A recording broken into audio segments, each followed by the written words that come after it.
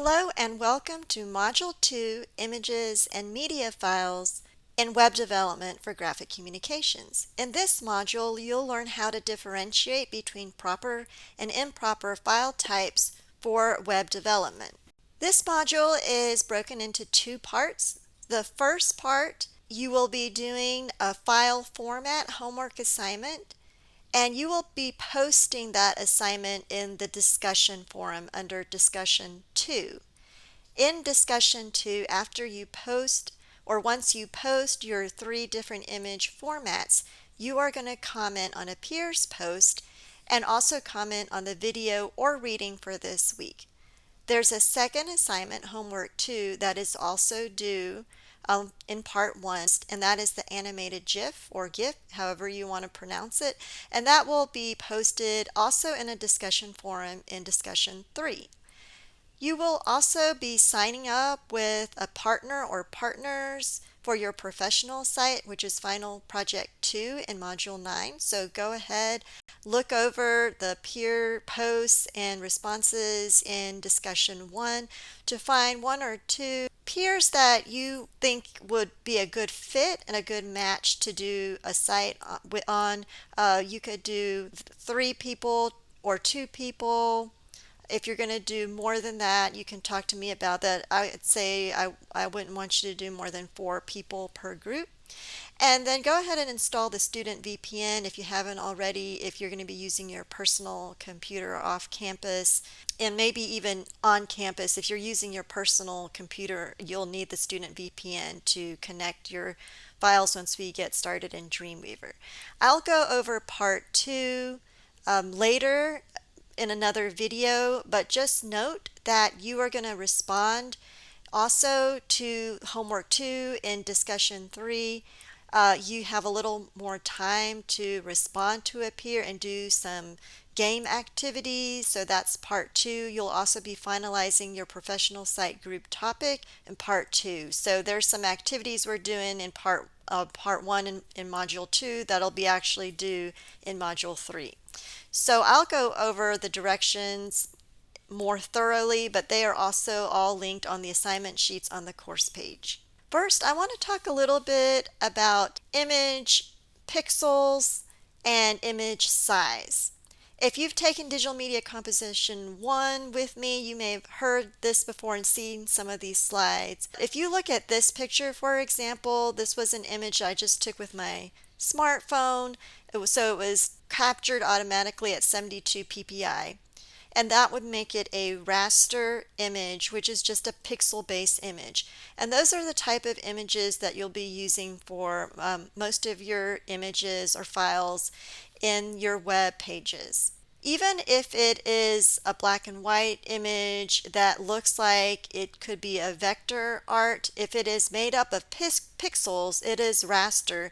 So even most of the line art that you'll see online, a lot of them that are available in free libraries, they look like they're vector images, but they're actually raster, such as this one, because it's made up of pixels. So what's the difference between a raster and a vector graphic?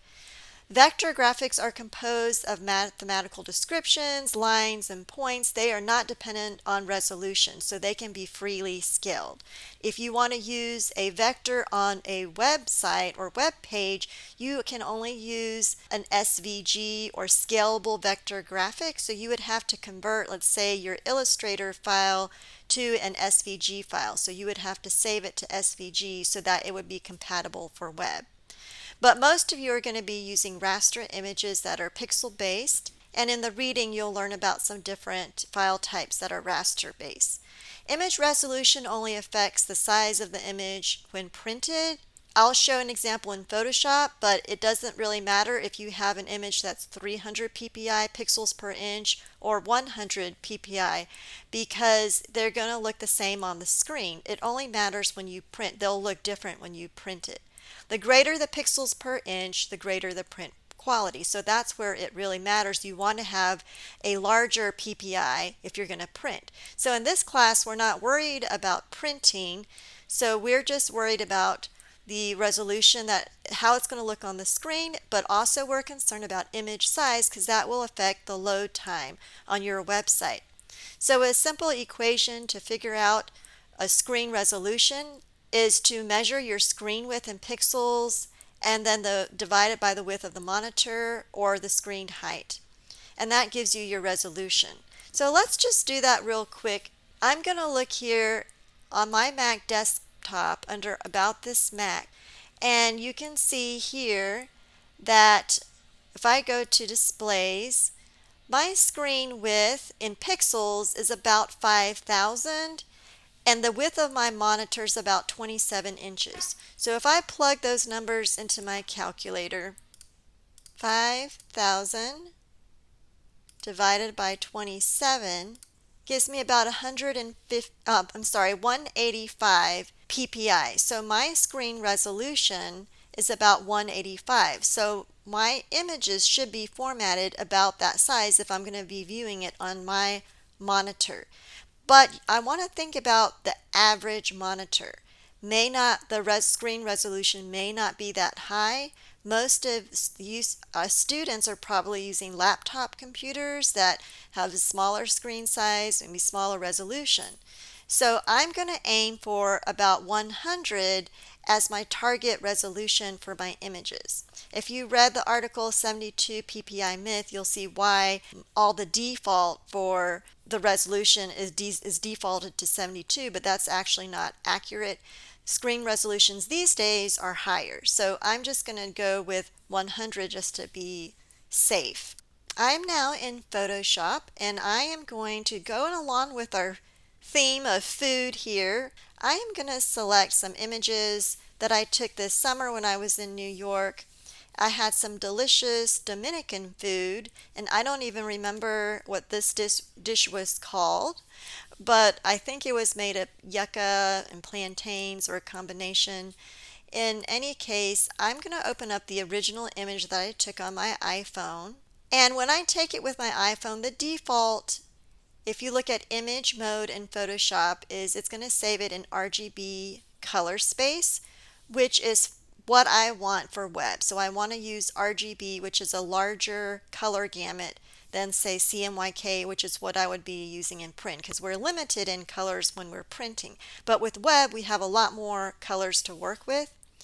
If we go to image size, then you can also take a look at the resolution. So the default is saving it to 72 ppi. And then I want to look at the pixels. So I want to think about my images and files and pixels when I'm working with web pages. So I'm going to leave the size as is for now. I can see here the image size is really big. It's 26 megabytes. I don't want to upload a 26 megabyte file for my website. So I am going to change that. But before I do that, I'm going to go ahead and save this in a web-friendly format. Right now, it is not a web-friendly format. So I'm going to go to File, Save As.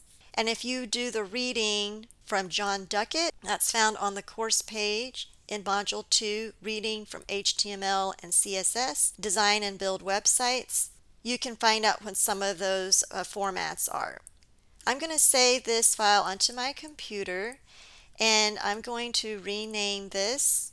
And I want to select JPEG as a format. So that's one of the file formats that I can use for web. So I'm going to do 3 different formats. The first one is JPEG, and I want to save all of these in the same folder. Then I want to go back and open the original file. My original file that was taken from my iPhone is this HEIC or HEIC version. So I'm going to open that one. Make sure that you always save off from your original file. So then from the original one, I'm going to go to File, Save As again, and this time I'm going to save it as a different web format. I'm going to select GIF or GIF this time and just click OK. And then again, I want to open up my original image, and from the original image, go to File, Save As, and I'm going to save it as another web format, and that's PNG.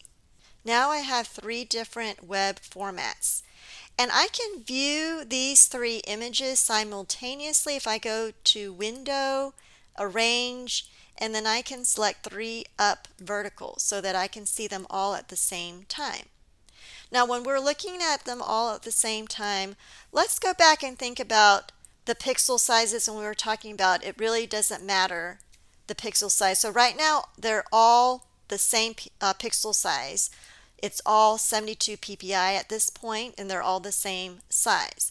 But let's say I want to change that. So I'm going to go to my JPEG version, and I'm going to go to Image Size, and let's say I want to change the resolution so that it's higher.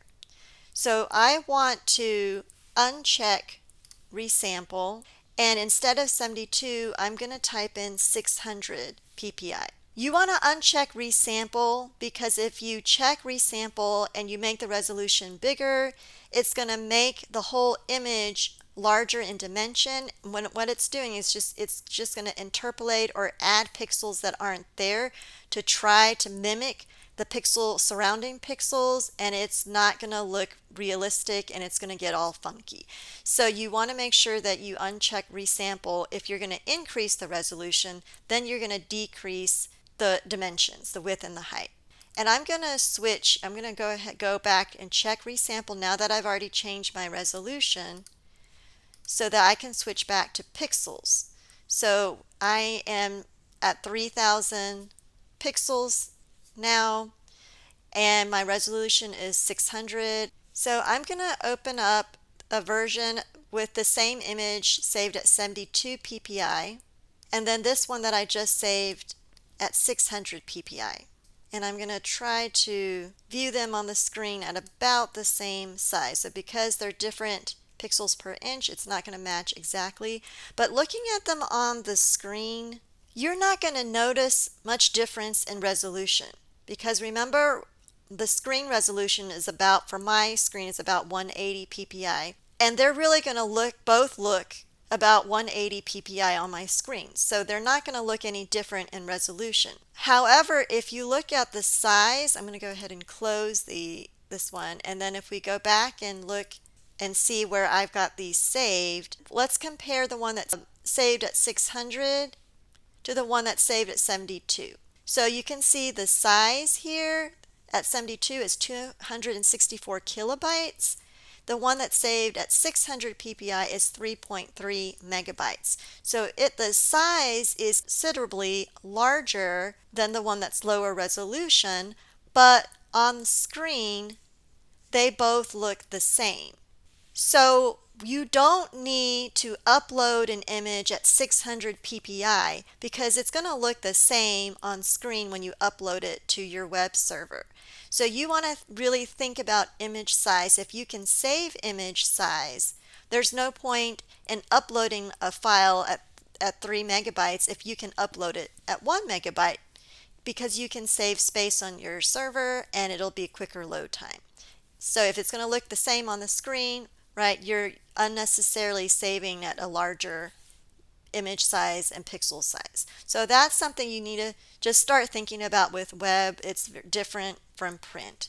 So I'm going to close this one, and then I'm going to bring up the 3 different versions that we saved. So remember we saved the GIF, the JPEG, and the PNG. So let's take a look at those again. At first glance, they look pretty much the same, right? But if you look more closely, you'll notice the color is different. And the colors on screens are not always accurate, but you will notice a difference if you look closely at the GIF and at the JPEG and PNG. There is a color shift. You'll notice that the yellow is not as vibrant in the GIF, and if I zoom in, you can see this banding start to happen where there is not this gradual shift in tones from the different tones of yellow. If we look at that one more closely, there is more variation in the yellows.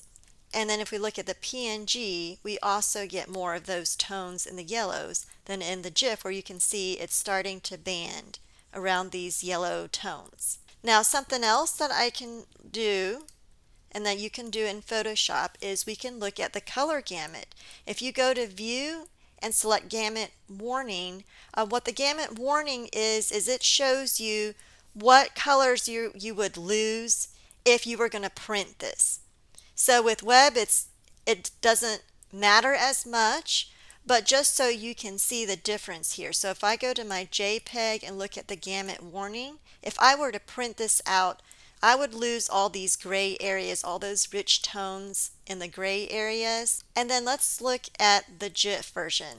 So what I want you to notice here is there's more gray. The gray area is larger on the GIF, which means that you would lose more colors. And even though we're not printing this, it just tells me that there is not as much variety in color in my GIF as there are in the JPEG and PNG.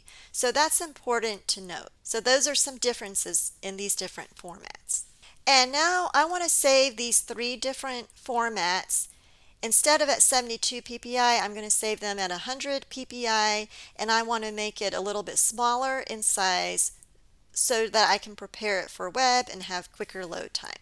I'm going to start here on my PNG and go to image size. And now I'm going to uncheck resample, and I'm going to input 96, which is close to 100 rather than 72. Then I'm going to check resample again so I can view the size in pixels. I don't need 3,000 pixels in width and height for this image. So if you think about the average screen size is about 1,000 or 1,200 pixels in width. Laptops, it might be even smaller than that, or tablets. But I'm just going to reduce that by about half and say I'm going to go to 600 pixels, 100, or let's just do, I'm going to do 550. So I'm going to do 550 pixels at 96 pixels per inch. That is a pretty good size for web. So I'm going to click OK, and then I can save that. Okay, then I'm going to do the same thing with the JPEG. Uncheck resample, change it to 96 ppi, check resample again so I can view the pixels, and I want the pixel size to be the same for all of my images. So I'm going to type in 550 and save that one, and then the same with my GIF. And if you prefer to say GIF, go right ahead. I've had students get mad at me for saying GIF, so whatever you want to call it is fine with me.